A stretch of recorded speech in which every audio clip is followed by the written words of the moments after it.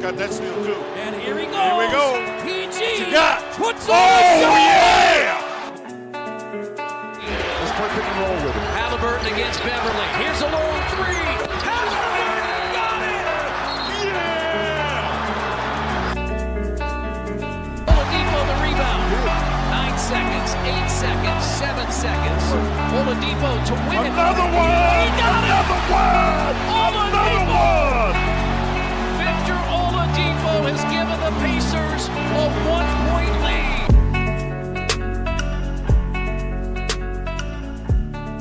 Bonjour à tous, bienvenue sur Pacers 3, le troisième épisode du podcast consacré aux Indiana Pacers. Je suis toujours accompagné de mon fidèle acolyte Seaway. Bonjour à toi. Salut. Comment tu vas? Bah ça va très bien, écoute, un peu fatigué, mais il y a eu un peu cette pause du All-Star pour pouvoir se reposer un peu et reprendre les forces. Et là, j'ai qu'une envie, c'est de regarder un peu plus les Pacers et de me replonger dedans là. On est le dernier tiers de saison, il va être important, hein. On va en reparler. On peut tout de suite commencer, hein, comme tu l'as évoqué, la pause du All-Star Game. On peut commencer par ça, un All-Star Game qui a eu lieu chez nous, à Indiana. Donc ça fait plaisir et ça s'est très bien passé dans l'ensemble. Moi honnêtement, j'ai pas pu tout voir malheureusement, donc je vais me concentrer sur toi, je vais te poser des questions et comme ça nous permettra d'évoquer le sujet, si ça te va. Ouais, parfait. Donc dans l'ensemble, t'en as pensé quoi?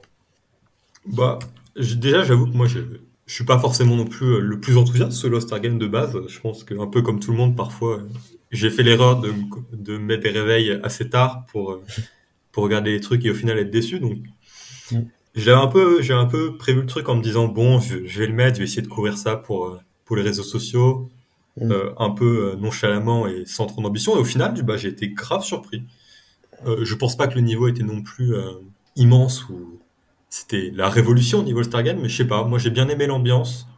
Je pense que le fait que ça a été joué à Indiana, ça joue aussi pour beaucoup, mais rien qu'avoir pu voir des Bénédicte Mathurin, des Tyrese Haliburton et des Miles Turner qui avaient vraiment envie de faire le show chez eux, j'ai trouvé que c'était plutôt cool. Donc ouais, je pensais pas du tout regarder, au final j'étais pris au jeu et chaque soir j'étais là devant ma télé à regarder, à supporter les Pacers et c'était cool. Ouais, c'est clair que l'ambiance d'Indiana n'est pas référencée au monde, on va dire, mais quand j'ai l'impression que quand les fans s'y mettent, ça y va, quoi. Ça me fait penser au match contre Boston au In-Season Tournament, tu vois.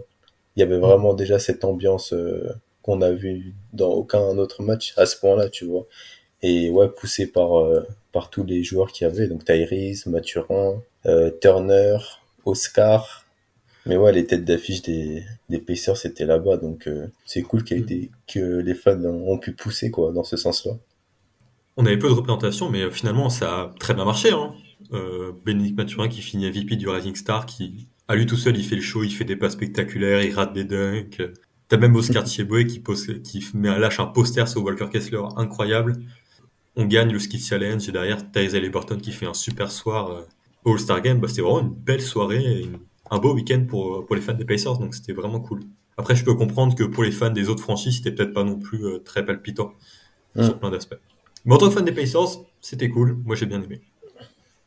C'est cool alors. Ouais, c'est un peu le contraste que j'ai vu quand je te suis sur les réseaux, bien entendu. J'ai vu que t'étais bien heureux et j'avais vu un peu un contraste, comme tu disais, les autres fans.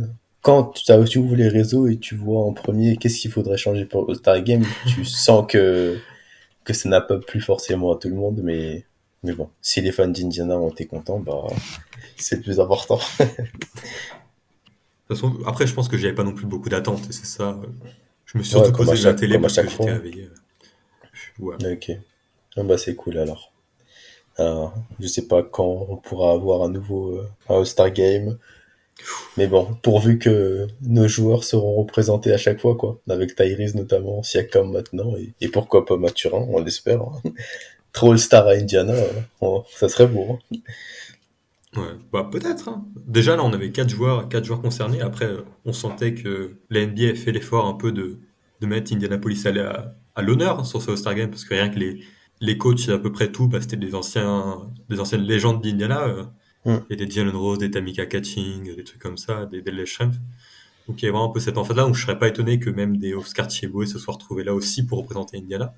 Mais ouais, Mm. c'est vrai que c'était. On a eu de la chance d'une représentation parce que. Et ce que j'ai pu dire aussi notamment sur Twitter, finalement, je suis content que ce All-Star Game-là, qui devait normalement avoir lieu à Indianapolis en 2020, mais qui a été repoussé à cause du Covid, finalement, je suis Mm. bien content qu'il ait eu lieu en 2024 avec nos stars qu'on a aujourd'hui et notre équipe, parce que en 2020, je pense que ça aurait été un peu plus tristoun côté C'est Pacers. clair. C'est clair, ouais.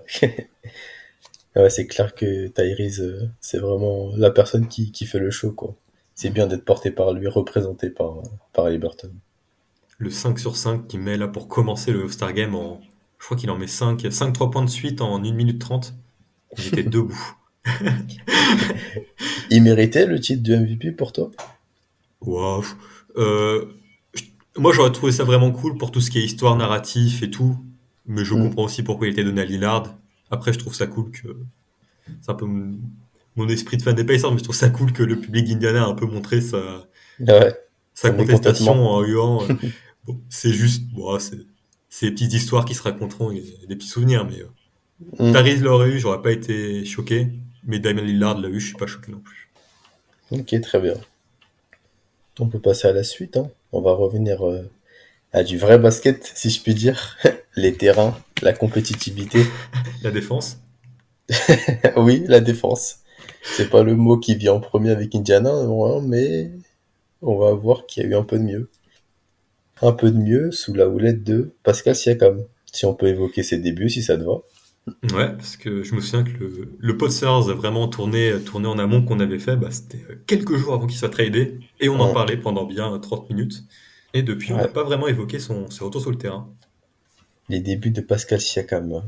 Donc, si on peut faire un point stat pour commencer, hein, Vas-y, vas-y. pour évoquer le petit portrait. Donc 16 matchs, il y a eu victoire pour 8 défaites. Les statistiques brutes, 21 points, près de 7 rebonds, 4 passes, une interception. Il shoot très bien, donc c'est près de 57% au tir sur 15 tentatives. Donc il est à 49% en carrière, donc on voit une augmentation statistique de 7%. Il est à près de 44% de loin aussi, 33% en carrière, c'est un vrai gap. Ce qui nous fait un true shooting de 62%, soit 1,24 points par tir. Et il est dans le 86e centile. Il a pu être aussi efficace depuis sa saison pour le titre, pour te dire.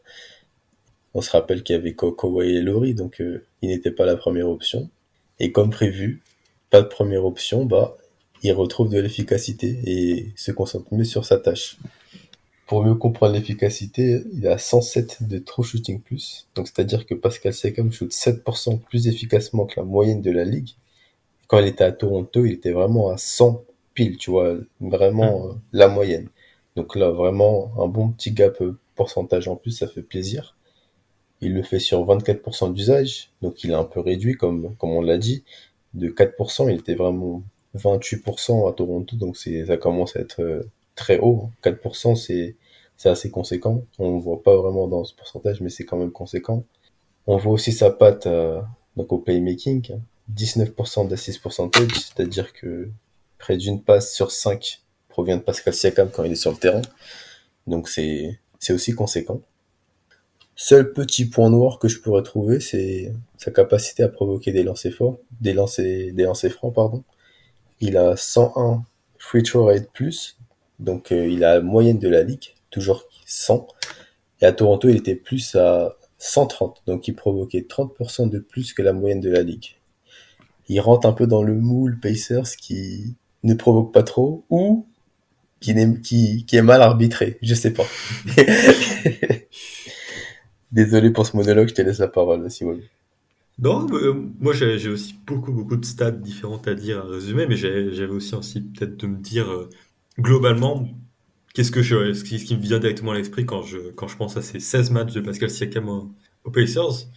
Et faut dire que je m'attendais vraiment pas à ça, personnellement. J'avais quelques attentes sur l'arrivée de Pascal Siakam, mais je savais pas non plus trop comment est-ce qu'il jouerait, comment est-ce qu'il serait inclus, comment il serait intégré à l'effectif. Et j'étais vraiment très surpris sur pas mal de points. Assez positivement, globalement. Surtout comme tu l'as dit, avec sa très bonne réussite. Actuellement, Siakam, c'est un joueur qui apporte vraiment que du positif dans l'effectif d'Indiana, j'ai envie de dire, ou presque, comparé à ce qu'on pouvait avoir avant. Donc vraiment, sur ce point-là, j'étais très surpris. Et Ouais. moi, ce qui m'a surtout surpris, et c'est la première impression que j'en ai, c'est que je me dis, il n'y a pas un seul soir où je me suis dit, ok, ce gars n'est pas une star. Il n'y a aucun match où il a mis 35 points. Il n'y a aucun match où je me suis dit, ok, ce mec a calibre MVP, mais il n'y a aucun match où je me suis pas dit que ce mec était une star. Et pour moi, c'est quelque chose de très encourageant pour Indiana. Je sais pas trop. Quoi, toi, c'était quoi ton premier retour, un peu, là, ton retour à chaud, peut-être même hors statistique, pour l'instant, sur le cas Siakam, sur son arrivée? Ouais. Ben, moi, je suis plutôt satisfait hein, de ce début avec Siakam. Déjà, quand tu le vois sur le terrain, tu sens que, comme tu le dis, c'est une star. Il est craint, entre guillemets, il est bien focus quand même par la défense. Ça fait vraiment plaisir d'avoir un autre ball handler dans l'équipe et encore plus de grande taille. Hein, parce que Siakam, je crois qu'il fait dans 2 m 7, 8 dans ces eaux-là. Mm. C'est vraiment plaisant qu'on puisse déléguer à quelqu'un d'autre que Tyrese. Bien qu'Andrew soit là et qui sait porter le ballon aussi. Et Mathurin en sortie de banc évidemment, mais avoir un autre en plus comme ça, qui fait pas n'importe quoi avec le ballon, c'est plutôt bien, tu vois. Il a sa capacité à se créer son tir. J'aime déjà beaucoup sa connexion avec Miles Turner, on va l'évoquer sûrement. Oui. J'aimais déjà beaucoup sa connexion avec Buddy Hield. Malheureusement, il est plus là. Non, c'est un vrai plus sur le terrain. J'aime beaucoup déjà son apport, hein, que ce soit des deux côtés du terrain, surtout offensivement pour l'instant. Défensivement, j'aime sa capacité à aider Turner pour la défense du panier. On ball, j'ai pour l'instant un peu de mal. Je sais pas ce que t'en penses d'ailleurs. J'ai l'impression d'être seul dans cette optique-là. Honnêtement, je pense qu'on part de tellement loin que pour moi, ça reste quand même une belle amélioration. Défensivement, je pense que j'avais pas non plus des masses d'attentes. Et je trouve que pour l'instant, ça va plutôt bien, même si, ouais, on-ball, ça a l'air d'être moins le gars qui fait les efforts. Et je pense qu'aussi, il a peut-être pas non plus un physique débordant pour tout faire tout le temps.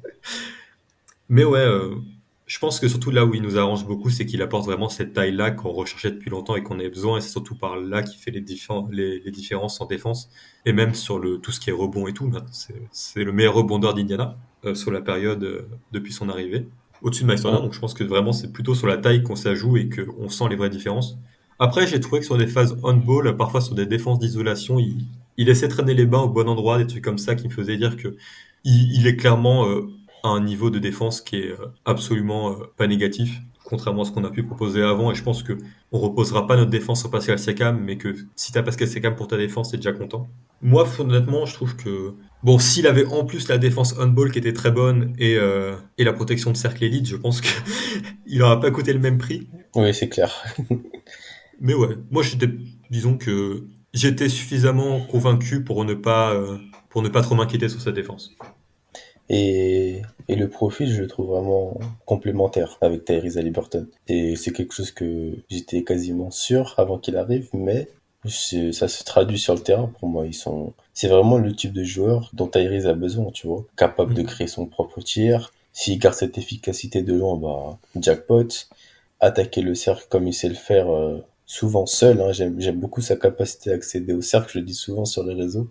Et j'accentue là-dessus, mais c'est vrai, c'est vraiment quelque chose dont on a besoin et il le fait très bien.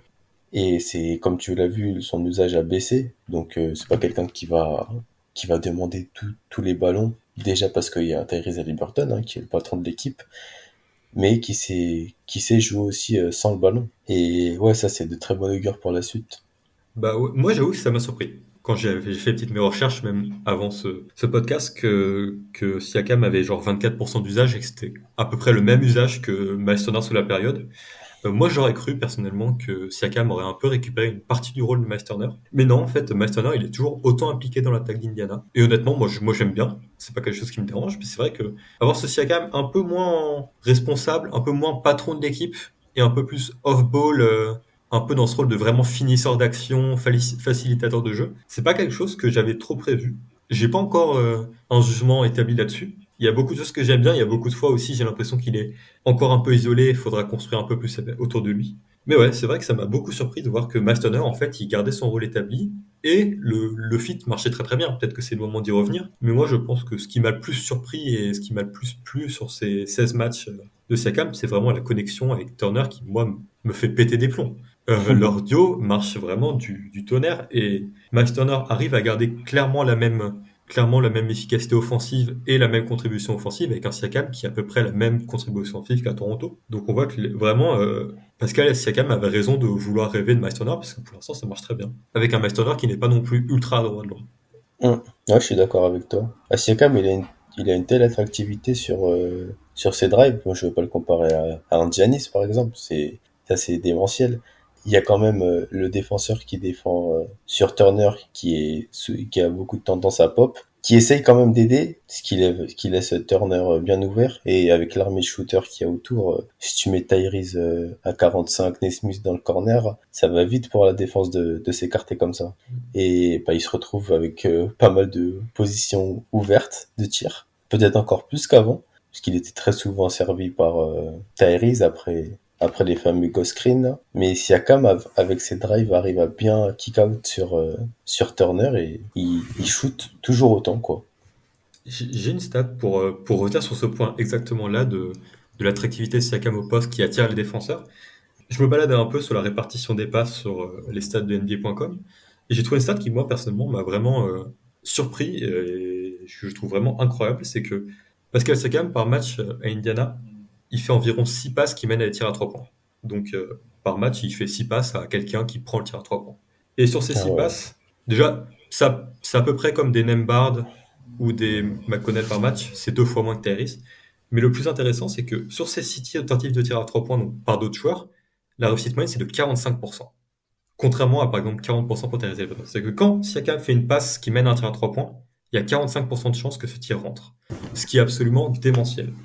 Et ce qui prouve bien qu'en fait, Siakam est tellement attractif qu'il attire tellement les défenseurs que quand il fait une passe, le mec, il est ouvert dans un fauteuil complet, quoi. Ah ouais, Et pour moi, c'est vraiment, c'est énorme. c'est, Ouais. c'est énorme et c'est vraiment quelque chose qui, je pense, est primordial dans Indiana et qui va continuer à se développer parce que, encore contre le match contre Détroit, on l'a vu, dès qu'il y a une aide sur Siakam, bah, l'équipe en face, elle est morte, quoi. Parce qu'il y a Tyrese qui est pas loin et ça punit très très bien. Et donc, c'est vrai que Siakam au Mm. poste, je m'attendais pas autant. Je m'attendais pas à autant d'attractivité aussi parce qu'à Toronto, il y avait aucun spacing. Et je pense que ça a beaucoup joué aussi sur ses stats. Par exemple, la mi-distance, maintenant, il est devenu une légende. Sur les longues mi-distances, il est à 55%, alors qu'avant, il était à 31% à Toronto. Donc Mm. on est quand même à plus 24 points de pourcentage, alors que c'est 95% de pull-up, c'est vraiment quelque chose d'immense, même à 3 points en fait. Et c'est sûr qu'en fait, j'étais un peu passé à côté complètement de cette capacité à se créer des tirs de loin, qui le rendent encore plus menaçant au poste et même sur isolation, et les aides, elles sont obligées de venir, quoi. Ou alors c'est 2 points faciles. Ouais, tu l'as évoqué hier sur Mm. X maintenant. Sa capacité à avoir une zone précise à mi-distance et avoir le terrain bien ouvert pour lui. Bah, quand on le voit dans ce contexte-là, effectivement, il est très très efficace. C'est ce qu'on reprochait à Toronto depuis toutes ces années de ne pas avoir construit un effectif créant assez de spacing pour Siakam. J'avais fait un thread sur Siakam, j'avais vraiment évoqué cet aspect du jeu de d'étirer le terrain pour lui laisser sa zone et son efficacité logiquement augmentera. Pour l'instant, on n'est pas déçu, ça va vraiment dans ce contexte-là. Tu l'as dit, Mm. il est très très haut sur les mi-distances. Là, actuellement, c'est le 93e centile sur les mi-distances à son poste. Donc, Alors que c'est 95% de pull-up, hein, donc il y a pas de catch and shoot à mi-distance du tout. ouais, c'est C'est clair. encore plus dur, quoi. Mm. Son fadeaway, il est super fluide, hein, ça fait kiffer. Mm. Oh, ouais. On n'avait pas cette capacité vraiment dans l'équipe, shooter par-dessus avec cette hauteur-là, tu vois. C'est cool, franchement, il apporte une bonne alternance offensive. Bah moi vraiment ce que je me dis en voyant ça, c'est qu'en fait, si je veux mettre 2 points, moi je donne la balle à Siakam en tête de raquette. Je pense que Bon. actuellement pour Indiana, c'est l'action qui a le plus de chances d'aboutir à un panier. Parce qu'après je sais qu'Indiana a un jeu très très développé, mais s'il y en a une seule où je suis en mode c'est bon, c'est l'action fiable, on sait que ça va mener à quelque chose, pour moi c'est Siakam. Et je pense que c'est aussi un des gros apports qu'il apporte à cette équipe d'Indiana, c'est cette capacité à créer son tir et à scorer dans des proportions qui sont absolument immenses, à voir s'il arrive à tenir ça à un rythme décent. Pour l'instant, le fit est vraiment aussi bien, voire même mieux que ce qu'on aurait pu envisager. Ouais, on garde quand même une identité. Enfin, notre identité de base, elle est un petit peu modifiée ces temps-ci, mais l'identité globale est bien conservée quand même, j'ai envie de dire. Donc on en revient à l'équipe, hein. de ce que j'ai vu de Pascal Siakam, là on est assez élogieux sur Pascal Siakam, mais je vais parler un peu au nom de tous les fans des Pacers, en tout cas en France. Le consensus n'est pas encore parfait dans le sens où un super max, c'est un peu chaud. Bon, moi personnellement, je suis pas de cet avis-là, mais il faut prendre l'avis de tout le monde en compte, hein. Avec pour principal argument le fait de ralentir pas mal le jeu. Je sais pas ce que t'en penses. Je vais juste te donner une statistique qui va dans leur Ouais. sens, on va dire. Donc depuis que Pascal, lors de l'échantillon de 16 matchs, Pascal Siakam, il a une pace exacte de 101. De base, l'équipe est 103, je crois. Tyrese sur cette période est à 104, Obi Toppin 104, TJ McConnell 104. Donc tous ceux qui donnent du rythme, tu vois. Et Siakam est avant-dernier, juste avant Naismith avec 101. Naismith étant à 100. Donc, petite tendance à ralentir un petit peu le jeu. Est-ce que ça te pose un problème, toi? J'avoue que moi, pour l'instant, il s'est passé beaucoup de choses depuis l'arrivée de Sakam. Il y a eu beaucoup d'absences. Il y a eu Tyrese qui n'a pas été là, Mathurin qui a raté pas mal de matchs, Jalen Smith aussi. Donc, j'avoue que moi, il y a encore un moment où j'ai beaucoup de questions dans ma tête et de points que j'aimerais voir davantage aborder. Vu comme ça, j'ai envie de dire que je suis même pas forcément sûr que ce soit un gros problème.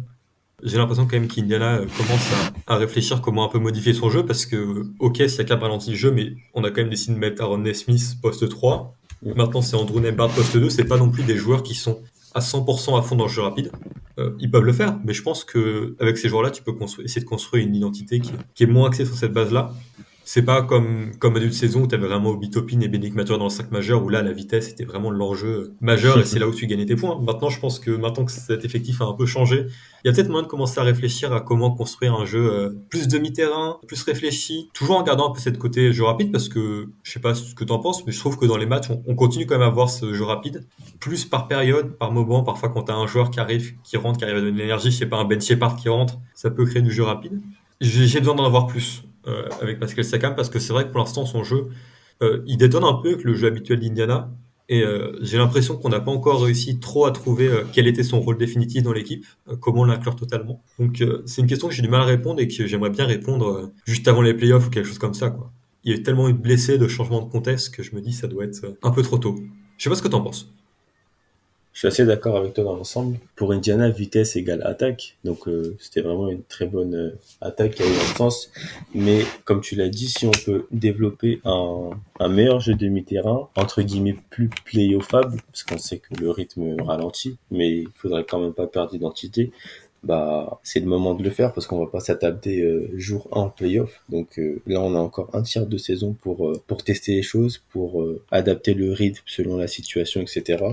C'était sûr avec Siakam que le jeu allait un petit peu ralentir. On parle d'un joueur qui adore le post-up, servi au poste, aller au panier ou ressortir, ça prend plus de temps à se mettre en place. Donc oui, le jeu ralentit un petit peu. Et l'impact de Siakam, je crois que tu as les ratings sur cette période, offensive et défensive. Oui, je regardais depuis Siakam, le rating offensif est de 118, donc c'est assez bien noté, t'es dans le top 10 de la ligue facilement, et le rating défensif de 117,6, ce qui est ici à la moyenne, ou presque à la moyenne. Voilà. Donc on a vraiment un net rating Ensuite- assez neutre pour une période où il n'y a pas eu Tyrese Haliburton et où le calendrier était plutôt compliqué. Voilà. Ouais, donc voilà, l'impact de Siakam permet de rééquilibrer les forces aussi, parce que c'est compliqué d'avoir une défense assez gruyère. Siakam, la défense n'est pas élite, hein, bien sûr, mais de par sa taille, de par ses longs bras, sa capacité parce que Rick Carlisle a voulu mettre en place une défense axée sur la protection de cercle, et Siakam a vraiment cette capacité à combler les close-out. Il court super vite, il fonce sur le défenseur. C'est bien pensé. Moi, j'aime bien. Si on n'est plus la meilleure attaque de la ligue, c'est pas grave, mais si on gagne 10 places en défense, ça me va très bien. Pour l'instant, c'est le cas. Sur le mois de janvier, on avait la 20e défense. Là, on a la 16e, si je dis pas de bêtises. Donc, on voit qu'on commence à grappiller un peu des places.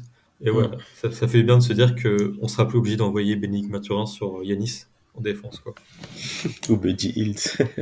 Il est plus là. Ouais. Et voilà. Maintenant, on a un peu ces moyens de réponse aussi pour des 4 un peu physiques. Parce que Jalen Smith manquait de mobilité un peu. Là, on a un peu un bon compromis. Non, je suis d'accord. Si on peut faire la transition, j'en parlais, Buddy Hield, ce qui nous amène à la trade deadline qui a eu lieu Il y a quelques semaines déjà, ça va vite, hein. On est déjà le 24 au moment où on tourne. Donc Buddy Hield qui s'en va après 2 saisons passées dans l'Indiana, on va dire, avec une demi-saison et une demi-saison là. Buddy Hield s'en va, il y a Doug McDermott qui arrive. Qu'est-ce que t'en as pensé? Pour moi, c'est déjà, j'aurais été du parti de garder Buddy Hield, que je trouve qu'il apportait beaucoup, malgré ce que beaucoup pouvaient dire. Pour moi, ça a vraiment été un aveu de, ok, finalement, c'est pas cette année pour Indiana, qui a décidé un peu de déléguer un peu de la compétitivité directe cette année pour garder un peu des assets et continuer à construire à long terme. Donc ouais, pour moi, je pensais pas que ça arriverait honnêtement. Je pensais qu'on essaierait de garder un peu tout le monde pour faire un beau rush en playoff. Et ça a été fait, mais je comprends le motivation. Pour moi, c'est une perte sèche qui est assez forte. Et je pense qu'on le ressent actuellement dans le banc aussi, parce que le banc carbure beaucoup moins bien. Ouais. C'est un joueur que j'aimais beaucoup. Ça fait un peu bizarre de voir partir, mais 2 saisons, c'est compliqué de s'attacher trop aux joueurs sur les aussi courtes périodes. Et vu comment il carbure aux Sixers actuellement, je pense qu'il a bien raison de s'amuser là-bas et d'avoir été tradé. C'est ce qu'il voulait. Ouais. Au début de saison, on se rappelle, hein, ils n'avaient pas trouvé d'accord financier pour continuer l'aventure. Ça a traîné tout au long de la saison jusqu'à cette fameuse trade deadline et son départ vers les Sixers. Je dis pas que j'étais pour ou contre. En tout cas, je comprends le front office qui se dit que cette année, le titre, ça va être compliqué avec les forces en présence. Donc, récupérer des assets futurs dans le cadre d'un trade pour des petits détails ou un gros trade, hein, si le plan vire à gauche ou à droite. Je trouve ça intéressant. Je comprends en tout cas le front office. Et dans l'idée, ils ont voulu le remplacer avec Doug McDermott. On va évoquer ses premiers matchs. McDermott n'est pas Buddy Hield, bien évidemment. Ah non. Dans l'esprit, ils ont essayé de garder quand même un joueur dans cet esprit, capable d'étirer le terrain, dans l'optique de faire briller les forces en place déjà. Et je pense que c'était assez nécessaire parce qu'on a quand même une petite période là de temps avec après même avant Buddy Hield où il y avait la blessure de John Smith et donc on avait un TJ McConnell meneur et Isaiah Jackson pivot, ce qui est très compliqué niveau spacing et même des Obi Toppin galèrent un peu à rattraper ça, même des Mathurin galèrent un peu à rattraper ce spacing qui est un peu mort. Et le banc, depuis quelques temps, il carbure un peu moins bien. Et l'autre problème que ça cause aussi, c'est que maintenant que Buddy Hield est parti, on a quand même une grosse partie de la création offensive hors du banc qui est partie. Quand tu cumules un peu ce manque de spacing et que tu ajoutes un peu ce manque de création offensive qui maintenant est à peu près juste dans les mains de TJ McConnell et un peu Bénédicte Mathurin, le banc il a pris un sacré coup. Non, je suis d'accord que la présence sur les ailes, d'un coup, c'est bien moins fourni. Pourtant, numériquement, on place un par un, mais c'est différent. Après, bon, on peut faire la transition pour McDermott. C'est un joueur différent de Buddy Hield qui prend essentiellement ses tirs en mouvement après un écran. On le connaît très bien dans l'Indiana. Donc ça demande un peu de temps de fusionner, si je puis dire, ses mouvements à lui avec ceux de l'équipe. Indiana est une équipe pas du tout statique, hein, qui bouge beaucoup. Donc il faut vraiment un peu de temps pour accorder tous ces violons. Et ouais, ça viendra. Un peu un manque d'adresse pour ses premiers matchs. Et j'ai pas du tout les chiffres sur les yeux. Là, je parle vraiment de ce que je vois visuellement. 30%. Mais 30%, d'accord. Donc, effectivement, ça se confirme. On parle vraiment d'un shooter d'élite, hein. Il va remonter tout ça. Encore un petit peu de temps, ça devrait rentrer. Jusqu'à la fin de la saison régulière, du moins. Je sais pas du tout les projets de Rick Carlisle en playoff. Il y a une question qui va dans ce sens. On y répondra plus tard de toute façon. Ouais. Il y a aussi un autre élément important qui s'est passé récemment autour d'Indiana, c'est Tyrese Haliburton qui est revenu de blessure, comme on a pu beaucoup évoquer son absence, mais maintenant il faut parler de son retour. Il est revenu petit à petit, en restriction de minutes, donc il a commencé par jouer des 22 minutes, et puis il sortait au milieu du 3e quart-temps, ce qui était un peu dommage, puis après il a commencé à demander à vouloir jouer plutôt les fins de match, donc il sortait plutôt au début de match, et maintenant il a repris, quelques matchs après, il a repris son rythme habituel, mais il y a beaucoup de choses à dire sur cette restriction de minutes, parce que ce qu'on a vu c'est que c'était un Tyrese qui n'était pas non plus 100% en forme. Si je dis pas de bêtises, je suis désolé, je n'ai pas les stats sous les yeux, mais il me semble qu'il était à 17,7 points de moyenne depuis son retour de blessure et 10 passes décisives, ce qui reste pas mal, mais qui reste pourtant bien dans ses standings habituels qui nous est montré sous la saison. Et ça a fait poser quelques questions, notamment autour de la fameuse règle des 65 matchs nécessaires pour être qualifié. Parce que le sentiment qui est un peu ressorti pour tout le monde, c'est que Tyrese Haliburton n'était pas forcément prêt, mais qui revenait surtout pour ne pas perdre cette prime qui pourrait lui donner 40 millions de plus s'il arrive à être All-NBA. Donc toi Logan, c'était quoi un peu ton avis et ton point de vue sur ce retour de blessure un peu particulier de Tyrese ?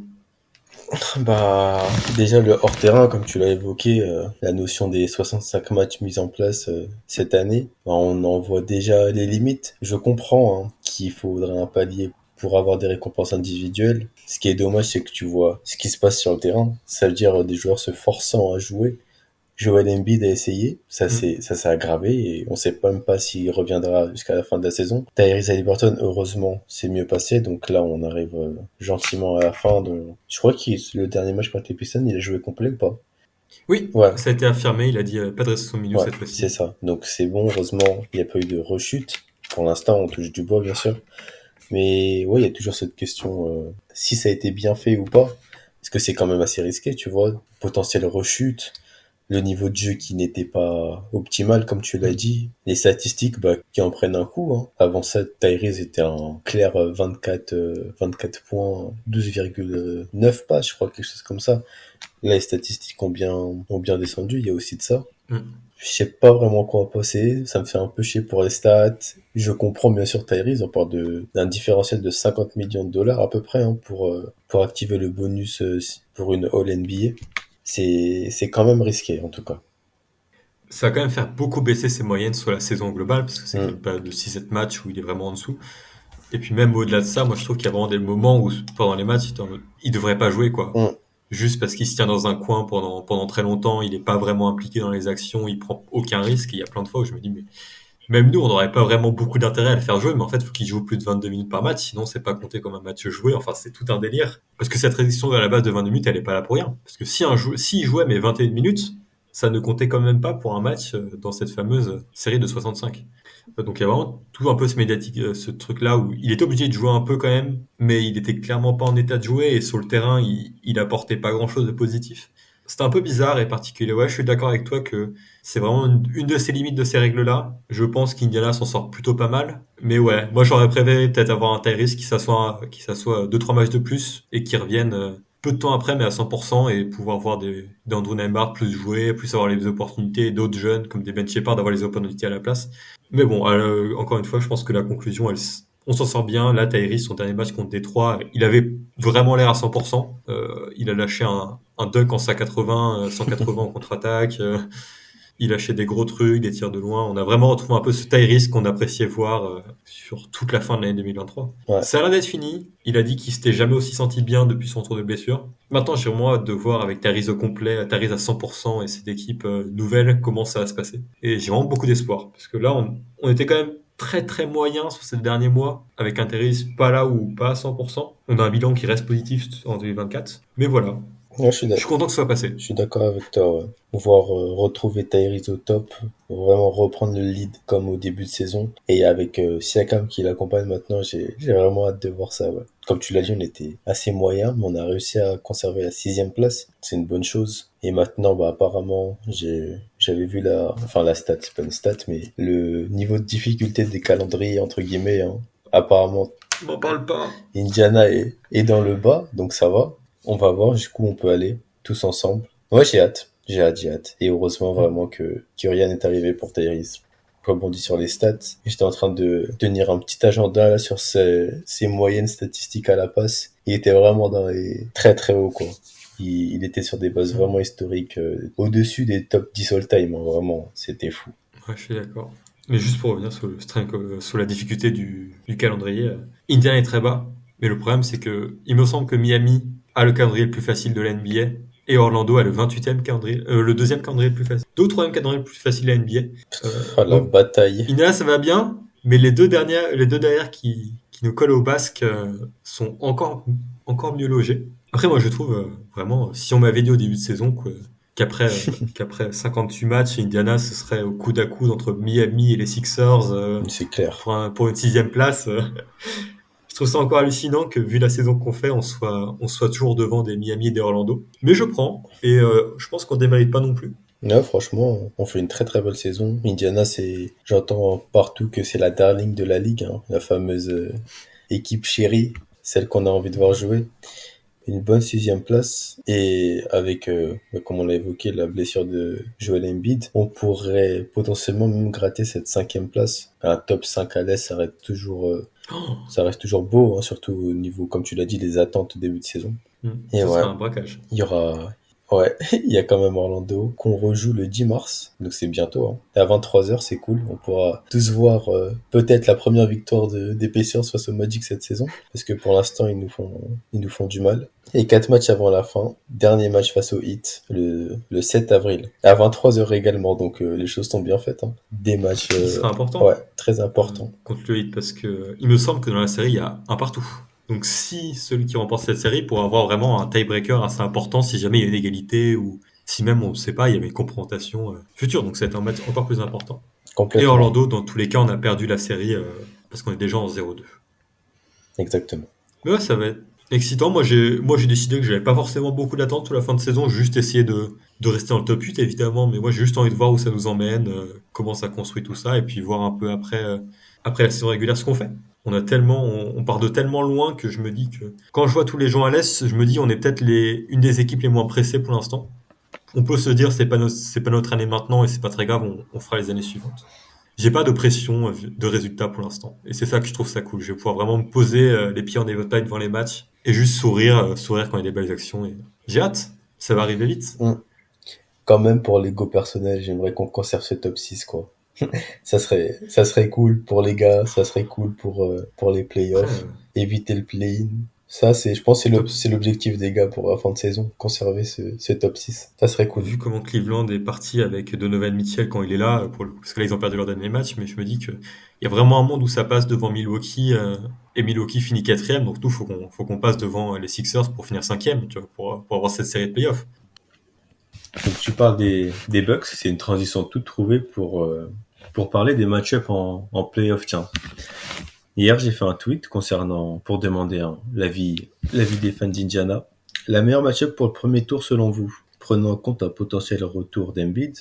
Milwaukee arrive en tête avec 47% des voix, Philadelphie en 2 avec 26%, et New York Knicks avec 16%, et Cleveland avec 11%. Qu'est-ce que t'en penses? Déjà, moi, le classement, l'ordre du classement me paraît assez bien respecté. Je pense que si tu m'as demandé l'ordre les 4, j'aurais peut-être dit les 4 même. Je me souviens qu'on avait déjà posé cette question aussi dans le dernier Podsters, donc celui de janvier, Mm. ce qui doit être assez drôle. Et ouais, pour l'instant, moi, je suis toujours très confiant à propos de Milwaukee. Évidemment, surtout que depuis qu'ils ont changé de coach et qu'ils ont Doc Rivers, pour moi, c'est une opportunité rêvée. Hein. Ça devrait être encore plus facile. Bon, je dis ça un peu sur le ton là, mais on a quand même montré que stratégiquement et même niveau envie et tout, Indiana a montré qu'elle savait aussi se placer devant. Donc ouais, Milwaukee, moi, c'est quelque chose. En plus, ce serait du spectacle infini et on aura un peu ce statut privilégié de nous, on n'a rien à perdre, on a tout à y gagner et eux, ils ont tout à perdre, tu vois. C'est clair. Qui pourrait être assez drôle. Et après, ouais, je pense que je m'ai filé aussi en 2, mais simplement par le fait il y a beaucoup plus de chances que Joel Embiid se blesse. Ou qu'il Et ne si soit pas Joel là. Embiid n'est pas là, Mm. plutôt que par exemple des Donovan Mitchell qui se blessent, qui ça est quand même beaucoup plus rare, même si on voit que les deux équipes sont leurs stars et ça galère un peu plus. Et puis les Knicks, j'ai encore du mal à savoir, ils ont fait beaucoup de changements récemment, et ils ont beaucoup d'absents, donc si tout le monde arrive à revenir à temps, j'aurais un peu peur quand même. Mais ouais, pour l'instant, je dirais quand même Milwaukee avec une petite avance derrière les Sixers, et après tu as une grosse avance quand même sur des Knicks ou des Cavs. Moi, j'ai encore du mal à choisir ma maladie, si j'ai envie de dire ça comme ça.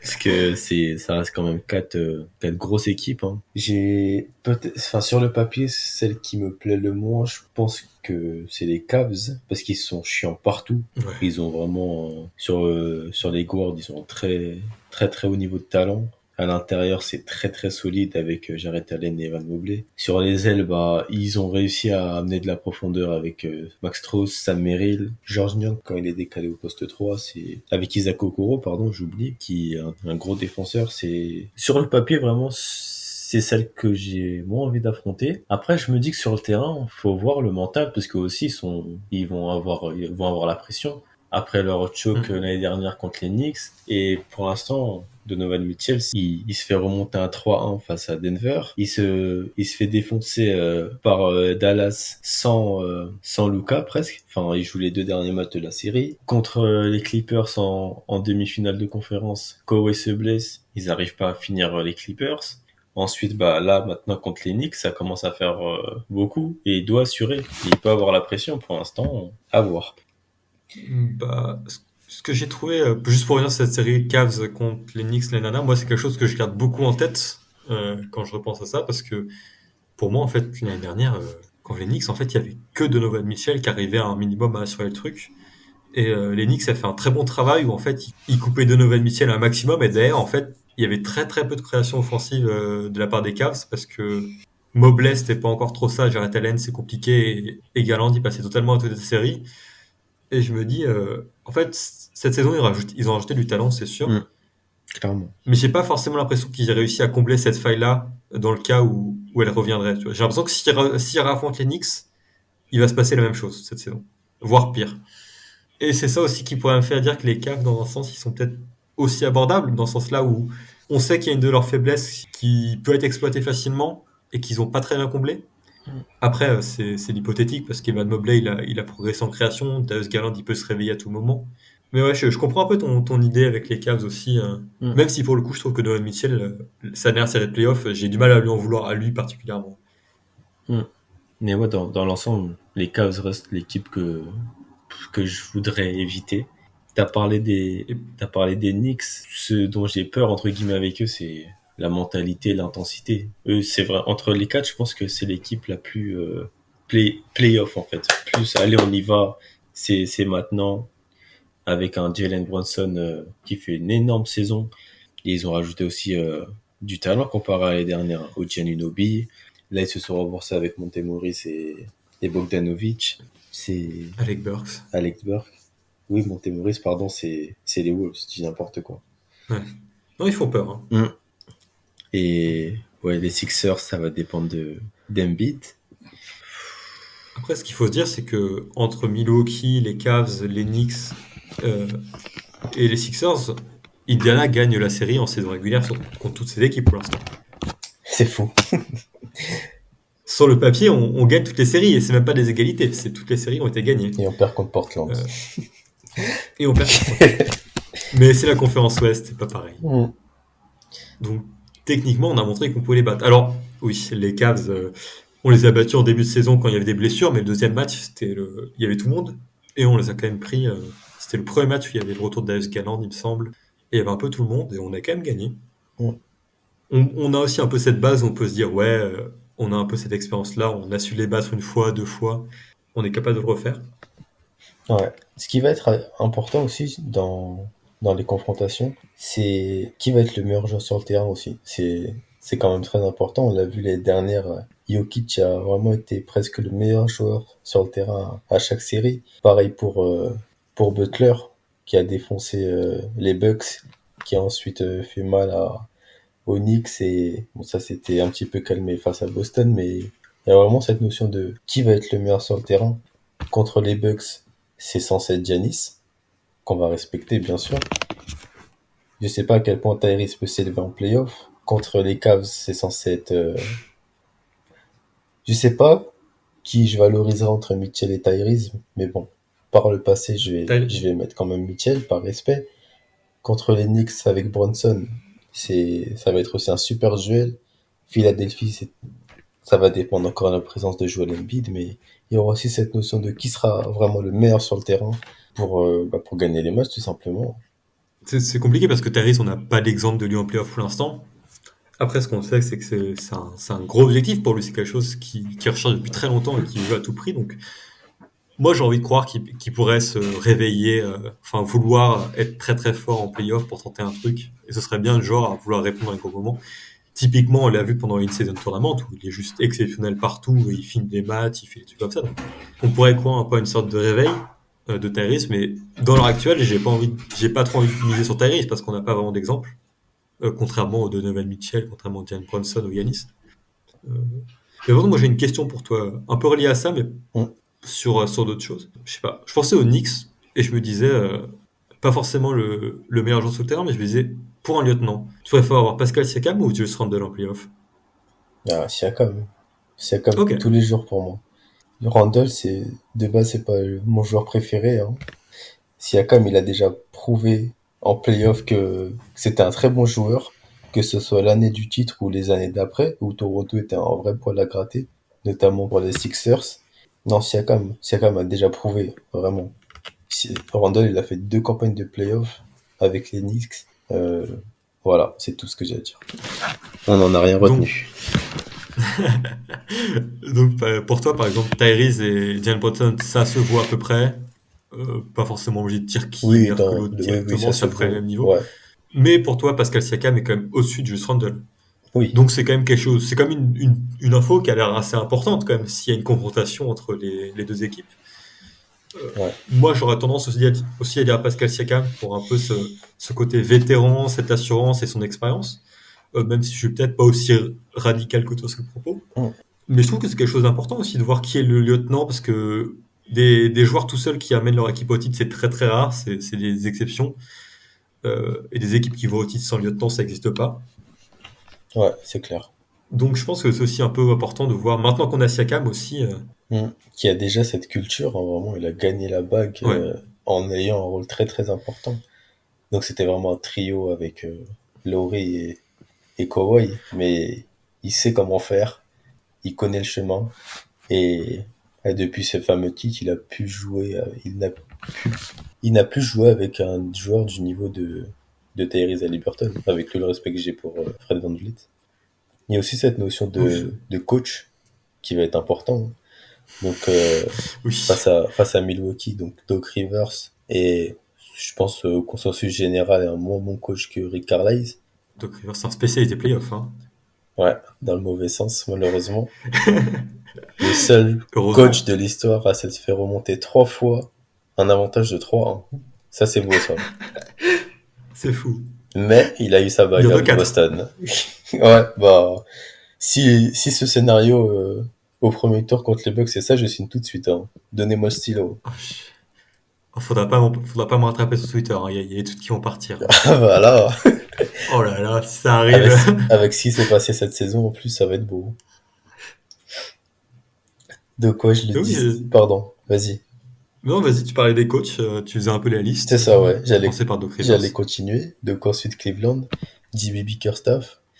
On a vu que il n'est pas super apprécié dans la fanbase des Cavs. Il a eu du mal à s'adapter l'année dernière contre New York, on l'a évoqué. Rick Carlisle pourrait avoir un avantage déjà de par son expérience, et on le voit vraiment s'adapter en match. Les Américains, enfin les coachs en NBA, je sais pas pourquoi ils font ça, mais ils aiment bien s'adapter le match d'après. Mais heureusement, Rick Carlisle, c'est quelque chose que j'aime beaucoup avec lui. Il arrive à s'adapter en match. Et de ce point de vue-là, je pense qu'on a encore l'avantage. À New York, Tom Thibodeau, qui n'est pas aussi réputé pour réussir à bien s'adapter en playoff. Et donc, on pourrait aussi avoir un avantage. Et par contre, Nick Nurse, c'est quelqu'un qu'on va vraiment respecter, hein, qui est un fin stratège. Là, il pourrait se faire... on pourrait avoir un désavantage. Et juste pour revenir sur Bickerstaff et Thibodeau, pour moi, c'est des coachs qui vraiment arrivent à créer des planchers qui sont très très élevés. Quand je vois ce que font les Cavs en saison régulière et le niveau de jeu qu'ils proposent, c'est vraiment... c'est n'importe quoi. Moi, je suis vraiment agréablement surpris et cette équipe est incroyable. Pareil pour les Knicks. Hein. Ce qu'ils proposent cette saison, c'est très fort. Donc, c'est un peu aussi ce truc-là de... Oui, ils savent pas s'adapter, mais s'ils roulent sur tout, ils ont pas besoin de s'adapter, en fait. Ça va être un peu ce jeu du chat et la souris, où si sous les Cavs en playoff, ils jouent comme ils jouaient à leur meilleur niveau là pendant leur série de 16 victoires, bah, ça va être compliqué de les rattraper, même en s'adaptant. Je pense que c'est un peu ce jeu-là du chat à la souris. Rick Carlisle est très très bon aussi pour proposer un bon plancher. Je pense que je trouve qu'il se débrouille bien avec des armes, avec le peu d'armes qu'il a toujours eu historiquement à Indiana et même à Dallas. Mais je sais pas s'il a autant cette capacité-là à créer des bases aussi solides. Par contre, niveau adaptation, je suis d'accord avec toi que Rick Carlisle, c'est un des tout meilleurs de la ligue actuellement, si ce n'est le meilleur. J'ai pas une grosse culture coach, mais... Spoelstra quand même. C'est la référence. Ouais. Après, Spoelstra, c'est le coach. Ouais, c'est le coach. Il a vraiment cette capacité à s'adapter en tout temps. C'est vraiment pour ça que fan des hits, ils peuvent finir... Pas en saison régulière, hein. Oui, ouais, mais sur une période... Après, je sais pas, le hit, c'est compliqué à juger. À chaque fois, tout le monde le dit. On dirait qu'ils vont finir 10e. Ils vont gagner les 2 matchs pour le play-in, mais ils vont aller en finale NBA encore. Ça va saouler tout le monde. C'est n'importe quoi. Parce que là, le premier tour de play-in, c'est contre Orlando, déjà, ça fait chier. Hein. Ouais, actuellement, c'est... Ouais, c'est... Le gros derby en plus. Ouais, les Floridiens. Bon, Il pourrait limite me faire allumer ma télé pour voir un match de play-in. Hein, s'il y a Orlando-Miami, ce qui est vraiment un exploit monumental. ah, moi, je serais devant ma télé aussi. Et derrière, c'est actuellement Chicago-Atlanta. Et t'imagines Atlanta qui va aller au play-in. Atlanta, avec logiquement, un bilan. qui doit sortir les Bulls. Parce qu'Atlanta, ça peut être chiant juste de par Trae Young, en fait. Ça peut être chiant. Bah, sur un match, Ouais, c'est clair. Et on l'a vu l'année dernière, ils ont tapé Toronto. ça les a pas amenés beaucoup plus loin. Non, ils ont tapé Ouais, le sûrement. Heat, justement. Et le Heat a dû taper Chicago ensuite. C'est vrai. Ouais. Là, tu vois, c'est sur un match, c'est relou. Ils ont fait chier Boston au premier tour. Hein. Donc, le perdant de Heat, Magic, va rencontrer sûrement les Hawks. Oh là là, la galère. Je suis bien content d'être 6ème pour l'instant. Je touche du bois. Oui. Oui, à voir. Ça paraît tellement instable le classement actuellement. J'ai l'impression que ça pourrait tellement changer en fonction de ce qui se passe avec les Sixers, ce qui se passe avec les Knicks aussi, parce qu'on sait pas trop. Ils voguent un peu aussi avec les absences. Est-ce que Miami va réussir à tenir un peu ce rythme, Orlando aussi, je sais pas. C'est vraiment très instable et j'ai l'impression qu'on peut finir 4ème comme 8ème. Ouais. Bon, pas 9ème ou 10ème, faut Ouais, pas non, rigoler. non. L'écart est fait déjà, je pense. Et voilà, ça rend la fin de saison encore plus intéressante et aussi enthousiasmante, plus enthousiasmante en tout cas quand on visait la 13e, 14e place. C'est clair. Pour revenir donc au match-up, je vais juste lire les commentaires pour faire participer tout le monde à C'est avoir vrai. des points de vue. Donc, Roy Hibbert fan, le fameux, qui nous dit évidemment Sixers ou Bucks. Sixers, en se bagarrant, tu peux espérer un truc de fou. Contre les Bucks, je pense qu'ils nous sortent à l'expérience. Mais par contre, je nous imagine ultra revanchards. Et alors la série Bucks Pacers de 2024-25, il a hâte, avec des émojis flammes. Tu penses pas que Bucks Pacers en premier round, ça peut faire un peu une sorte de Cleveland Pacers de 2017-2018? Mais clairement, Je trouve que dans l'idée, ça ressemblerait bien et ce serait bien une sorte de narratif comme ça, même si à la fin on gagne pas. Bon, si on pouvait enlever le Giannis qui met 2 buzzers, pour gagner le match en 2 matchs, ce serait bien. Et le goaltending.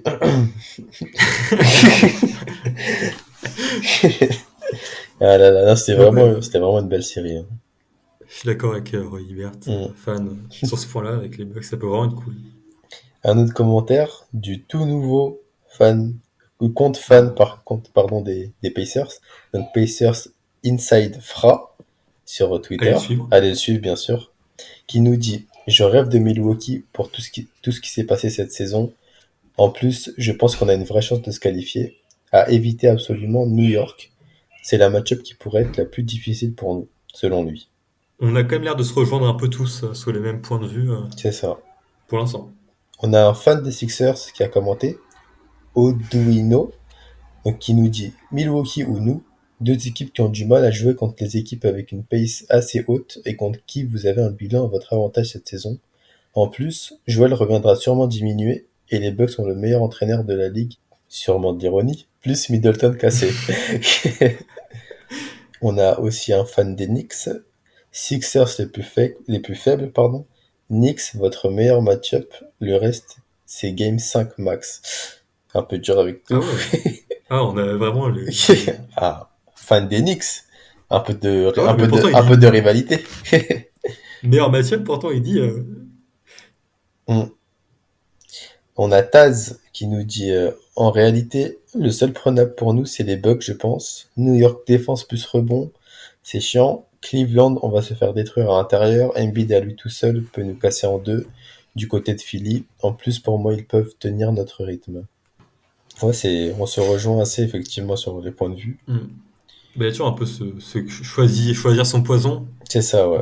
J'ai quand même l'impression que, je sais pas, moi j'ai beaucoup... je me dis, je serais même pas forcément étonné qu'il y ait un monde où Miles Turner arrive un peu à tenir un peu un Joel Embiid, tant bien que mal, parce que Joel Embiid, tu le ralentis pas trop, mais où derrière t'as des Isaiah Jackson et J.R. Smith qui se relayent pour faire les fautes, quoi. Surtout quand j'ai vu comment il a défendu le dernier match, la dernière confrontation de Joel Embiid et Miles Turner. Le match, on le gagne, et Miles Turner, il fait un de ses matchs défensifs contre Joel Embiid. Avec des mains agiles partout, il fait des contres au moment où ça monte. Je pense que c'était, je sais qu'on est en double à le dire, mais la confrontation contre Embiid, j'avais jamais vu Mastoner aussi bien défendre un pivot. Ouais, c'est. C'est juste un petit extrait, un petit match qu'on a vu, mais moi qui m'a dit, Hmm, je suis peut-être un peu plus confiant si on les affronte en playoff. Évidemment, Embiid devrait nous rouler dessus, mais je me dis, Mastoner pourrait peut-être juste encaisser ce qu'il faut pour que derrière les gars attaquent et tiennent la baraque.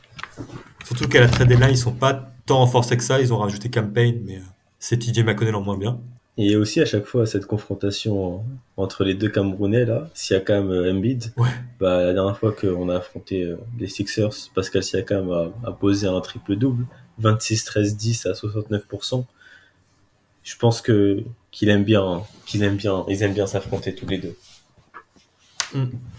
Ouais, et j'ai pas l'impression que ce soit forcément le match où Embiid, à chaque fois, on pose 45 par match. Parce que je sais qu'il y a souvent des joueurs qui ciblent et ils se disent, tiens, celui-là, je vais lui en mettre 45 tous les soirs parce que je l'aime pas. Mm. J'ai pas forcément l'impression que Siakam soit un ennemi, tu vois, une cible à abattre pour Embiid. Ouais, là, je suis d'accord. Après, Embiid en playoff, il voudra gagner, c'est sûr. Ah ouais. Il faudrait, il serait temps, mais pas contre nous. Oui. Je pense qu'on a déjà bien parlé, bien avancé. On va pouvoir passer aux questions des auditeurs et des auditrices pour finir. Je sais pas si ça te va. Bah, je te propose de poser la première question. Je les ai sous les yeux. Et première question de Tyrese Haliburton.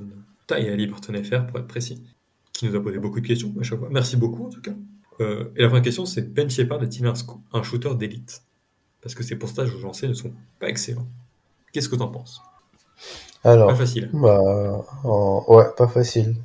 Pour l'instant, de sa saison rookie, il est en dessous de ce qu'on attendait de lui. Lui qui a été drafté principalement pour ses qualités de scoring, hein. Donc, dans sa dernière année à Belmont, il était à 18,8 points de moyenne, à 47,5% au tir, et un joli 41,5% au lancer. Donc, c'est vraiment, on attendait une bonne gâchette du côté de l'Indiana. Mais tu soulignes un très bon point, c'est que le pourcentage de lancer franc est un assez bon indicateur de la qualité du tir d'un joueur. Donc sur ses 4 années à l'université, il a 69,6%, ce qui est peu pour un guard. Il a eu une augmentation statistique de manière croissante, hein. Première année, il est aux alentours des 28%, deuxième année à 33%, la troisième année à 37%, et pour finir au fameux 41,5. Donc à 3 points, il a l'air de s'adapter de manière croissante. En NBA, donc la ligne est plus loin, ça demande un temps d'adaptation, mais shooter d'élite, c'est dur d'être un shooter d'élite, hein, surtout en NBA. Qu'est-ce que t'en penses? Je suis assez d'accord. Je pense que shooter d'élite, c'est un peu compliqué de le faire arriver à ce point-là, surtout que bah, pour l'instant, ça reste majoritairement un catch and shooter, hein. Il n'y a pas beaucoup de tirs en sortie de dribble, il n'y a pas beaucoup de pull-up non plus. Donc, à voir. Pour l'instant, je sais que c'est compliqué, parce que moi, je sais que quand on l'a drafté en 26e choix, c'était un peu une surprise totale. J'avais beau quand même beaucoup suivi pas mal de mock draft, lu de scouting report, et ben, quand j'ai vu Ben Shepard en 26, je me suis dit, ok, qui est ce gars? Je pense que je m'attendais peut-être un peu à mieux niveau shooting. Je sais pas si c'est un shooter Hum, d'exception, mais je suis même pas sûr forcément qu'Indiana l'ait drafté pour ça. J'ai l'impression hum, qu'Indiana a beaucoup aimé sa capacité à shooter, c'est sûr, mais aussi sa polyvalence et rechercher un peu un gars qui puisse défendre aussi. Donc hum. je pense que c'est encore un peu tôt. On lui a laissé peu de minutes et maintenant qu'il va commencer à avoir un peu de place dans la rotation, on l'a vu, il a commencé à mettre des tirs. Il ratourne des gros tirs ouverts avec des breaks. Donc c'était un peu tôt, il a eu très peu de minutes pour en parler. Donc Là, cette saison, pour l'instant, il a 29,4% de loin sur 2 tentatives. Et par contre, les lancers, c'est bon, 0,5 tentatives, petit échantillon, 82,4. Donc, ça va, il les met. Et comme tu l'as dit, peu de minutes, hein, 11 minutes de moyenne sur 34 matchs, un très petit échantillon. On verra par la suite. Deuxième question, toujours toi, Taille à Liverton FR. Quels sont les progrès de Bénédicte Mathurin en défense cette saison? je sais qu'on avait quand même pas mal parlé de Bénic Mathurin dans le dernier Posters, donc on avait beaucoup parlé de sa Hum, défense, playmaking, si je dis pas de bêtises. Si hum, je devais résumer, je pense que Maintenant, bah, je sais pas, j'ai envie de dire qu'il défend maintenant, ce qu'il faisait pas avant. Enfin, au moins, il montre un peu d'envie, il se bat, il fait les efforts, ce qu'il faisait pas vraiment avant. Et je pense que c'est surtout là que ses progrès, c'est que maintenant, il a compris que c'était important, il fait les efforts, il va faire les déplacements, il va rester concentré. Il joue avec le tête et puis il joue avec la tête et puis le cœur. Et je pense que c'est là son plus gros progrès offensif, défensif, pardon, pour le coup. Ouais, je suis d'accord qu'il y a du mieux, hein, contrairement à la saison dernière et ce début de saison. Après, vu ses qualités athlétiques, on espère que ça ira encore dans le bon sens l'année prochaine et encore mieux parce que c'est, il devient de moins en moins négatif, mais on peut pas dire non plus que c'est un stopper. Donc c'est dans le cadre d'un, d'une titularisation l'année prochaine, il va falloir, pardon, fournir encore plus d'efforts dans ce sens-là.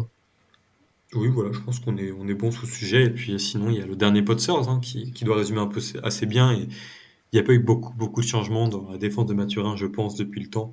C'est ça. Donc, question suivante. Hum.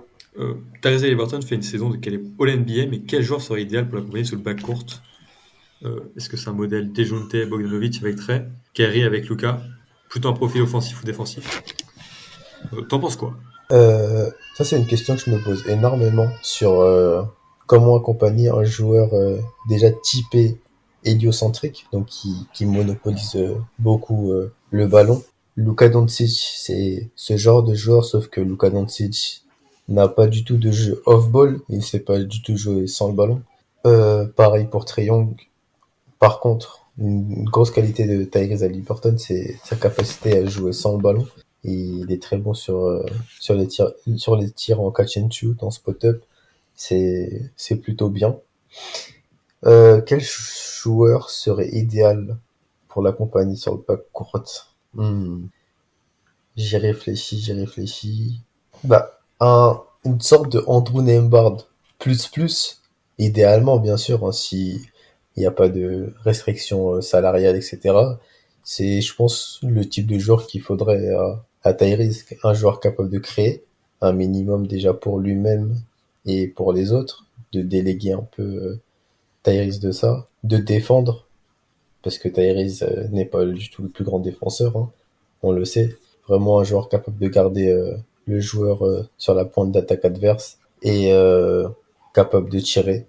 Et s'il peut apporter ce côté pression au cercle, parce que Tyrese c'est pas là où il met le plus de points, si on peut avoir un joueur capable d'apporter de la pression au cercle hein, pour être vraiment complémentaire de Tyrese Haliburton, c'est, je pense, ce genre de profil-là. Moi, je suis assez d'accord. Je pense que ça peut être des profils assez similaires, ouais. Sinon, moi, je pensais peut-être, je sais pas, j'avais en tête un peu cet exemple qui est assez vieux maintenant, mais moi, c'est un peu avec ça que j'ai grandi en NBA. C'est un peu ce, à l'époque, moi, j'ai grandi à l'époque où il y avait Isaiah Thomas aux Celtics et Hum, son lieutenant juste à côté de lui, c'était Avery Bradley à l'époque. ouais, Un gros 3&D bien un peu besogneux tout ça. Et je pense que ça pourrait peut-être être quelque chose d'assez complémentaire autour de Tyrese. Un gars qui fout ses trois et qui prend les grosses missions défensives autour. Qui soit peut-être pas forcément une arme on-ball ou off-ball très forte, mais juste quelqu'un qui le complète bien. Et dans la NBA actuelle, qu'est-ce qu'on pourrait avoir? Je sais pas. Est-ce que un Luguentz-Dort, ça pourrait être un profil un peu comme ça qui pourrait vraiment bien complémentaire avec Tyrese? Peut-être pas forcément niveau taille, mais ou est-ce qu'un Herb Jones, tout bêtement aussi, ça pourrait être une idée? Pour moi, c'est peut-être plus ouais. ce genre de profil-là qui pourrait vraiment être complémentaire avec Tyrese. Peut-être Il y pas a, meilleur qu'avec ta version dans Number plus, mais je pense que c'est vraiment quelque chose qui serait très complémentaire pour le coup. ouais, j'ai vraiment pensé au profil parfait, moi, vraiment sans restriction Ouais, salariale, etc. Mais dans l'esprit, tu as bien Kentavious Caldwell-Pope, par exemple, qui va très bien dans ce profil-là de très bon défenseur navigation d'écran et qui a un très bon pourcentage à 3 points. C'est, ouais, si. ok, c'est à moi. Non, c'est à toi. C'est à toi de poser la Ouais, question. J'ai posé la oui, c'est question ça. sur le. C'est pas courte, pardon. En plus, Alors, quels sont les différents rôles de chacun des membres du staff de Rick Carlisle, s'il vous plaît? je vais y aller. C'est une question, je suis très au point sur cette question-là. Rick Carlisle, Évidemment, il fait la stratégie, il prépare tout, il est là bien tranquille en interview après les matchs. Après qui on a? On a Lloyd Pierce. Lloyd Pierce, il est là pour faire l'intérim. Il est là pour être pote avec les joueurs, leur parler un peu en sortie de temps mort. C'est un peu une sorte de motivateur de troupe, c'est un peu le grand frère, le vétéran des vétérans. Après, on a qui? On a Jenny Bouchek. Jenny Bouchek, elle est là, elle fait des tweets en mode j'adore cette équipe. C'est déjà beaucoup, on le reconnaît. Euh, et puis voilà, on est content de la voir, elle part une interview aussi. Après, on a qui? Il faut que je me souvienne de tout le monde. On a Jay Pargo. Jay Pargo, c'est celui qui fait les interviews là, quand tu viens de lancer ton match après le bol de pâtes. Il fait la petite interview et il dit ouais, je pense que la clé c'est vraiment de jouer plus dur et de prendre des rebonds. Et puis voilà. Après, évidemment, il y a tout le staff technique. J'ai pas envie de les citer parce que ça prendrait trop de temps. Je pense à tous là, mais ça prendrait trop de temps, donc je vais plutôt passer. Mais voilà, dans l'idée, enfin, si l'idée que je m'en fais moi personnellement, je pense pas que c'est vraiment je sais pas beaucoup s'il y a de la communication là-dessus. Ouais, c'est vraiment des infos que je n'ai pas, honnêtement. Je sais que Lloyd Pierce c'est l'assistant coach principal. Attends, Hum. mais si, il y a aussi purée. Bah, il y a l'ancien coach, il y a pas de Boylan. Non, Jim Boylan. Je dis tout le temps Pat, mais il y a Jim Boylan aussi qui lui, Ouais, je vois jamais sur le banc. Hein. ouais, c'est compliqué de connaître leur rôle, honnêtement.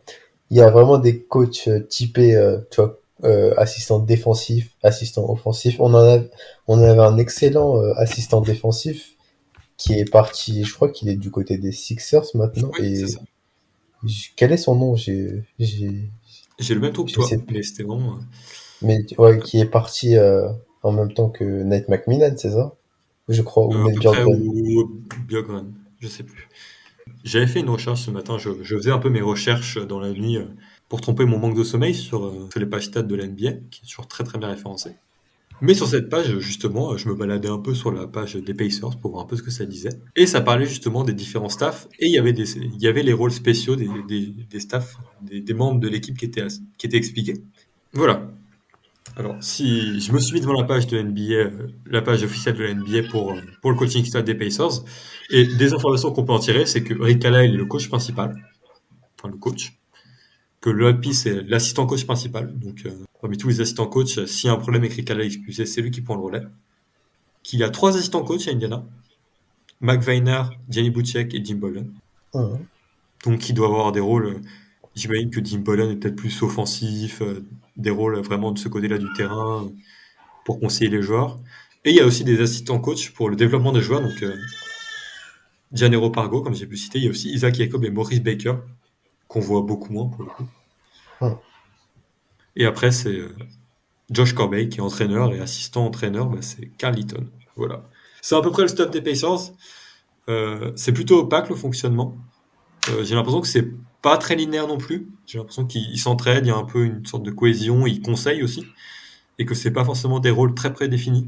En tout cas, Mhm. il y a une hiérarchie qui est assez en place, c'est Carlisle, puis Lloyd Pierce, et puis derrière, c'est à peu près réparti autour de ça. Ok, très bien. Ouais, merci pour tes recherches. Je te laisse poser la question suivante. Alors, mieux vaut-il finir 5e et jouer Boston en mid-conf, ou bien finir 16e et les éviter jusqu'en finale de conf?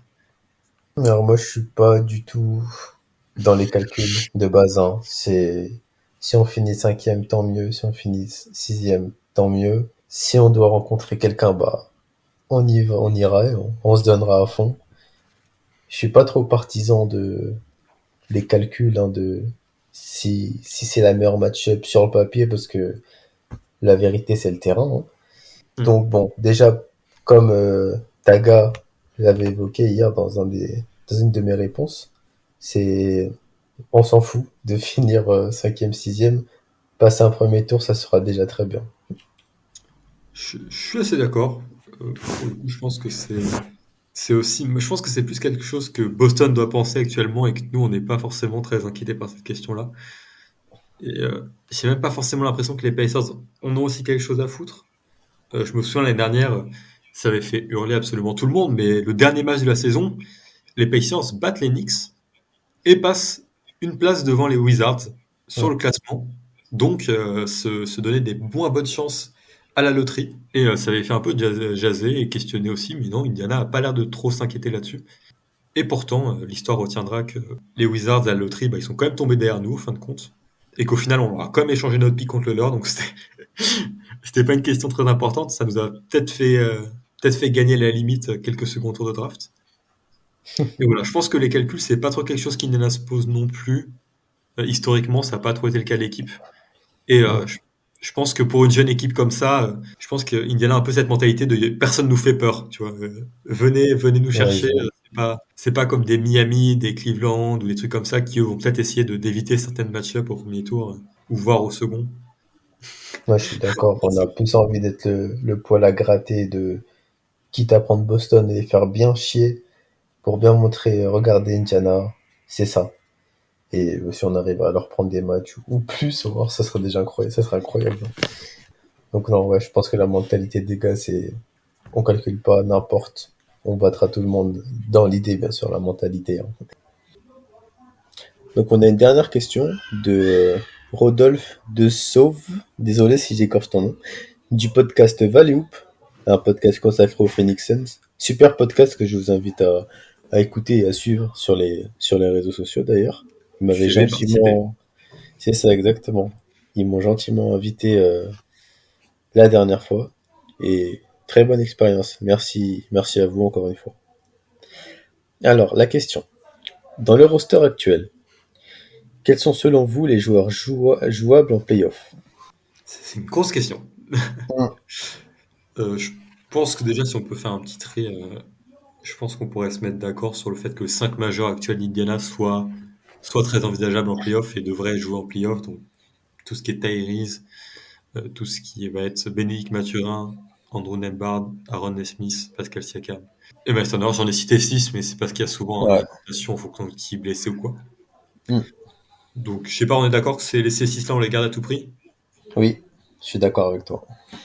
Ensuite, combien t'as de joueurs sûrs et certains, toi? Si on réfléchit un peu, combien t'as de locks? J'ai Ben, Jalen Smith en lock, déjà d'accord. pour la rotation, première rotation intérieure, et de par tout ce qu'il sait faire, son ultra efficacité sur le terrain, sa capacité à défendre, c'est vraiment un joueur, on aura besoin de lui, et pour les playoffs, je vois pas du tout de contre-indication. Il sera pas ciblé par l'adversaire en tant que point mort offensif ou tanche défensif, donc il n'y a pas de problème avec Jalen Smith. Euh, donc là, on en a 7. En 8, on peut penser à... TJ McConnell. On n'a pas cité DJ McConnell, pardon. Moi, c'est le Et septième, hein, même. oui, pardon, septième même. Je te laisse en parler. Oui, non, TJ McConnell, il a un peu ce côté vétéran, expérience et surtout motivateur de troupe. Il a un peu ce côté où parfois c'est lui qui sonne les révoltes et qui est très très important, je pense, à Indiana. Et puis, seconde unit, historiquement, c'est lui qui met le tempo et qui permet aussi souvent de donner du rythme à cette seconde unit et à ne pas faire perdre le rythme qu'a apporté les titulaires et essayer un peu de conserver cet élan-là. Donc, si tu veux vraiment jouer un adversaire et tu veux mettre de l'intensité, essayer de jouer vraiment dans ce jeu-là, tu dois faire jouer TJ McConnell. Complètement d'accord. Ce groupe de 8, déjà, si Ricard Laz est amené à réduire la rotation, je pense que ça sera avec ces 8-là. Donc on récapitule: Ali Burton, poste 1, Andrew Nembhard, Aaron Nesmith, Pascal Siakam, Miles Turner, et en sortie devant TJ McConnell, Bénédicte Mathurin et Jalen Smith. Toi, tu Ensuite, la gardes ces question, huit-là. c'est 8. Ensuite, la question peut se poser pour Isaiah Jackson, qui n'est pas un incroyable moteur offensif, j'ai envie de dire, de par son profil, hein, bien qu'il peut être très utile près du cercle notamment. Mais la question pourrait se poser, je pense, pour Ricard Oui. Lyles. Et par rapport aussi au rôle de Jalen Smith, qui est devant lui dans la rotation, avec une rotation réduite, Jalen Smith sur les postes 4-5, je pense que ça reste entendable. Il y a aussi Ben Shepard qui montre de très belles choses défensivement, un atout en playoff, hein, mais offensivement, on l'a évoqué, à quel point ça peut être entre guillemets compliqué, puisque les playoffs, c'est la défense augmente. Doug McDermott, Je sais pas ce que t'en penses. Non, tu les cites tous un par un, juste pour venir un peu. Ben Shepard, moi je pense que malheureusement c'est le genre de joueur qui passe malheureusement pas le seuil des playoffs. Il sera utile en régulière, mais c'est pas le genre de joueur que tu as envie vraiment d'inclure et de mettre en playoff, à part peut-être si tu as des missions défensives et que tu vas un peu avoir ce sorte de Davion Mitchell des Kings l'année dernière contre les Warriors, et tu essaies un peu d'avoir ce joueur qui n'est pas très bon en attaque mais qui défensivement va beaucoup apporter, mais sinon il passe pas. Doug McDermott, je pense pas non plus, parce que moi je préfère évidemment le profil qui n'a pas encore été cité, Obi Toppin, qui moi je pense serait la neuvième personne que j'inclurais dans un potentiel roster des playoffs assez facilement pour le coup. Je pense qu'il a vraiment ce profil offensif assez polyvalent, de joueur qui est très sérieux, qui se bat, qui met les tirs quand il faut, qui peut être utile aux playoffs, et qui, pour un banc qui aura besoin d'attaque, sera plutôt important, je pense. Je sais pas ton avis dessus, mais moi, pour moi, c'est vraiment j'ai pas vraiment d'hésitation à dire que pour moi, je voudrais qu'il soit dans les 9, dans les joueurs qui aient du temps de jeu en playoff, parce que je pense qu'il peut vraiment apporter beaucoup. T'en penses quoi? Je sais même pas pourquoi je l'ai pas cité. La honte. Désolé Obi si t'écoutes ce podcast. Et je suis d'accord avec toi. C'est donc Jalen Smith sur les bigs accompagné de d'Obi Toppin. Je pense que c'est en plus il a l'expérience de playoff. Il a déjà eu. Mm. Il a déjà fait les playoffs 2 fois, donc 2 premiers tours avec New York, face à Atlanta, face à non trois parce qu'ils ont passé les Cavs. Donc il a 3 séries de playoffs au compteur Obi. C'est de l'expérience, c'est toujours bon à prendre. Hein. C'est un de ceux qu'on a le plus actuellement dans Ouais, l'équipe. et clairement. Mm. Donc ouais, ce groupe de 9, je pense que c'est les 9 qui joueront en playoff. Je suis Les d'accord avec 9, toi. c'est plutôt pas mal pour une rotation qui est assez sérieuse, sur laquelle on n'a pas forcément de doute. Mm. Après, il pourrait toujours y avoir des blessures, il faudra surveiller ça. Mais je pense qu'Indiana n'a peut-être pas non plus forcément ce 5 majeur extrêmement dominant pour se permettre d'avoir des rotations très très courtes. Je sais pas ce que Ouais. tu en penses. Peut-être que ça viendra, mais je pense que Indiana a un 5 majeur qui est très solide, mais qui ne peut pas non plus t'assurer tous les soirs d'être au charbon. Donc je pense qu'il aura quand même besoin de cette rotation assez profonde, et je serais même pas étonné que s'il y ait quelques blessés, il y ait des Ben Shepard ou des Doug McDermott qui puissent pointer leur bout du nez. Mm. Ouais, je suis d'accord. On a la chance d'avoir de très bons joueurs hein, et de manière, comme tu l'as dit, profond. Donc c'est un avantage. Il y a, je pense aux Celtics par exemple qui ont une profondeur de banc assez restreinte niveau talent. Ils ont rajouté quand même Xavier Tillman dans le secteur intérieur, c'est bien pour eux. La concentration de talent est vraiment sur le 5 majeur quoi. Nous, avec du Titi McConnell qui est vraiment l'un des meilleurs backups de la ligue, un Bénédicte Mathurin qui sort du banc, c'est pas donné à tout le monde. Mm. Jalen Smith Jalen Smith et un Obi Toppin en sortie de banc ensemble, ça reste quand même de haut niveau. Hein. Ces 2 joueurs-là peuvent être titulaires dans plein d'autres équipes, même Bénédicte Mathurin. Donc ouais, je pense on est bien lotis au niveau du banc. Et je te relance sur ce groupe de 9 qui peut être vraiment très très intéressant en playoff, sous la houlette de Eric Carlisle bien sûr. Oui, nous sommes d'accord. Encore une fois, c'est un podcast où personne ne se contredit. C'est super vraiment pour le projet et pour l'audience, évidemment. Mais n'hésitez pas à donner vos retours si vous avez envie, sous les différents canaux. Exactement. Et puis je pense que le podcast arrive doucement à sa fin, on a abordé tous les points. On a réussi à faire ça, à condenser ça de manière assez brève, donc c'est plutôt pas mal. Euh, Est-ce que tu as des choses à... Est-ce que tu as besoin de faire ta promo pour quelques trucs? Tu as des petits mots à dire pour finir? Bon, non, je pense qu'on a tout dit. Hein. Donc, n'hésitez pas à suivre la chaîne Let's Talk Pacers, à nous suivre, à nous donner des retours. N'hésitez pas à aller lire nos articles respectifs hein, sur ta page que tu as en biographie sur Pacers Talk, Et sur ce point bien sûr. Mm. toi, tu as sorti un article Et il n'y a pas longtemps sur Jalen Smith, qui est très très détaillé sur le site du roster. Si vous ne connaissez pas le le roster, reste, allez suivre le roster. C'est très bien aussi. c'est ça exactement. Un Et article puis, qui concerne Jalen Smith depuis l'arrivée dans l'Indiana. c'est vrai. Et puis moi, je voulais surtout recommander d'aller, si vous avez aimé ce podcast, je vous recommanderais fortement d'aller écouter le podcast que Logan, Pacers Family FR, a enregistré avec Penny Bergkamp, qui parlait de Tyrese Haliburton sur le podcast de Penny Bergkamp qui s'appelle le NBA Dreamcast Show, si je dis pas de bêtises. C'est Et ça. c'est un podcast qui revient en détail sur Tyrese Haliburton, son début de carrière, son arrivée à Indiana, sa saison actuelle et son réel niveau. Et c'est quelque chose qui était très très intéressant et qui est très très bien résumé. Donc je vous conseille d'aller l'écouter si ça vous intéresse et que vous avez envie de pousser le sujet. Et ben merci à tous d'avoir écouté. Et puis on se retrouve tranquillement le mois prochain pour le prochain épisode, sûrement un des derniers avant les playoffs. Exactement. Les playoffs qui vont arriver à grands pas et je pense qu'on fera une petite preview. Ça sera marrant. Si on est en playoff, bien sûr, catastrophe peut arriver. Mais bon, d'ici là, on vous dit à bientôt et bonne écoute.